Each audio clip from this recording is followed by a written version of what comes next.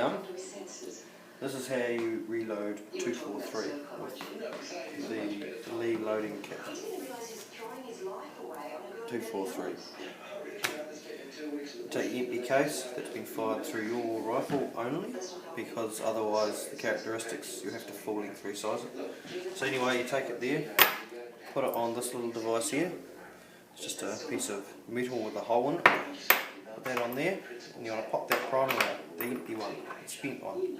Use this pin here, which is a little tool. Drop that in there like that. Like that. Put it back on the bench. And it pops the old primer out of the pocket. Man, that's no good for anything. You throw that away. You hope you don't put it back in the thing again. You're left with a case there that's dirty and the inside there, so you should really clean it out. Do something with it. It's not too bad anyway, so that's cool. So we got a case now. Right, the next step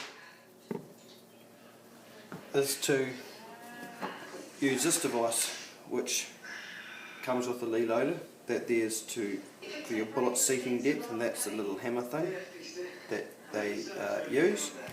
Anyway, what we're doing is going to bash the hell out of it into here, into that hole, and then that squeezes the neck down so that it will accept a bullet, because at the moment you could push a bullet in there easy as pie. See how it just comes in, falls out, you can pull it out with your hands.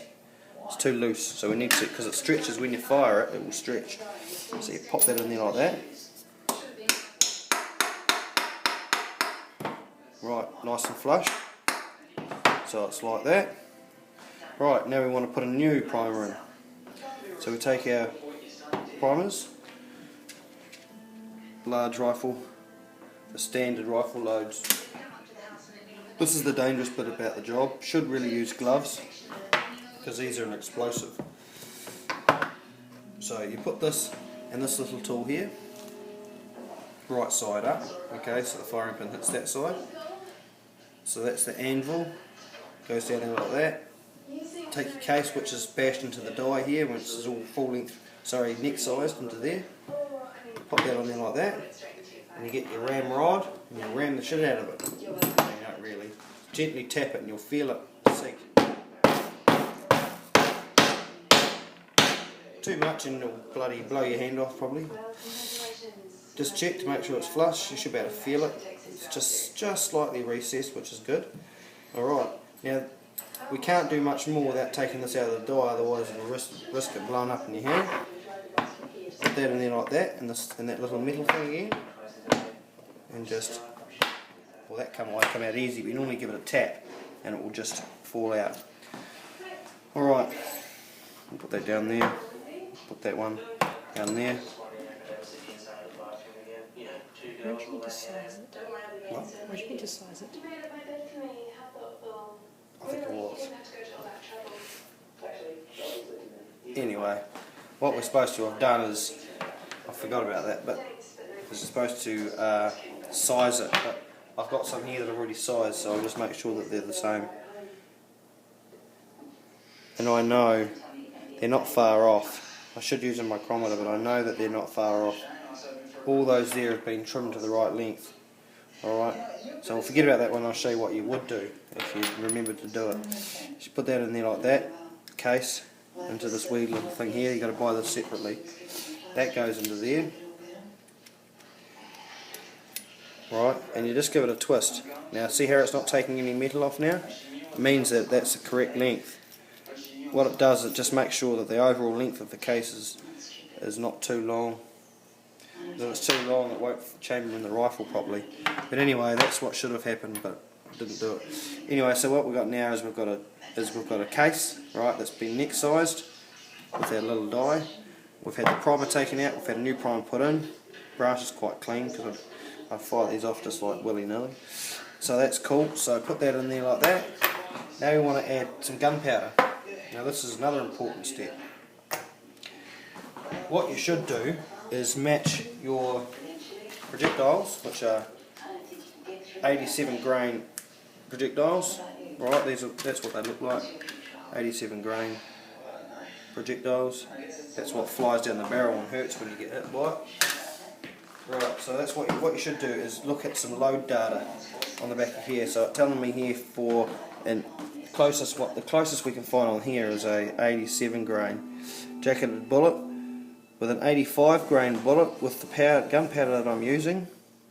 The 85 grain bullet here is Winchester 760, which is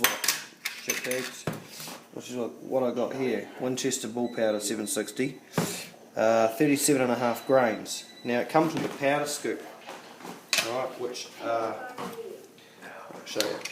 This little thing here, it's just a little scooper. Now you just scoop the powder out and put it inside the case. Alright.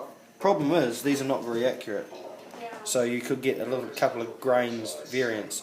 I've actually had the powder scales. I've done half a dozen more and weighed them to make sure they're not within not going to be dangerous. So what we've got is we're going to start off at factory or very light loads. We could load them up, but for blown away boxes I don't give a shit really, to be honest. But we want to make sure we're not going to have a load in there that when we pull the triggers either going to blow the face off or blow the rifle to bits.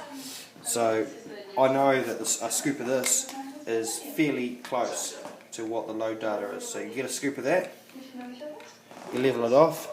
When you've done it 2 or 3 times you can actually use your eye. You know what looks level and what doesn't. You've got gunpowder, straight into the case, into the powder funnel, which you have to buy separately as well. Right. Make sure all the grains are in there. Take that off carefully, because the last thing you want is bloody gunpowder all over the bench. Over there, over there, over there.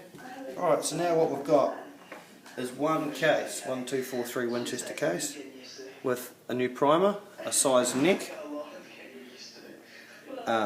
been trimmed to length, and it's got a right charge of powder in it. So now we put this tool here, which you adjust. Right, now on this here, it'll give you, when you buy this kit, the wheelie loader, it'll give you the maximum trim length. Okay, that's the maximum length the case can be to fit into any rifle, and the maximum overall length. Alright, in this case it's 2.710 inches or 68.83 millimeters from the base to the end. Alright, mine are well under that. Mine are like 65 or something. They're well under that, but it doesn't matter as long as you're not over that. It's not going to be a problem. Right, so once again, put that on top of there like that. Okay, drop a bullet in, projectile into the top. Simple. Put this on here. This is your little hammer tool. This is what presses the projectile into place. And tap it lightly.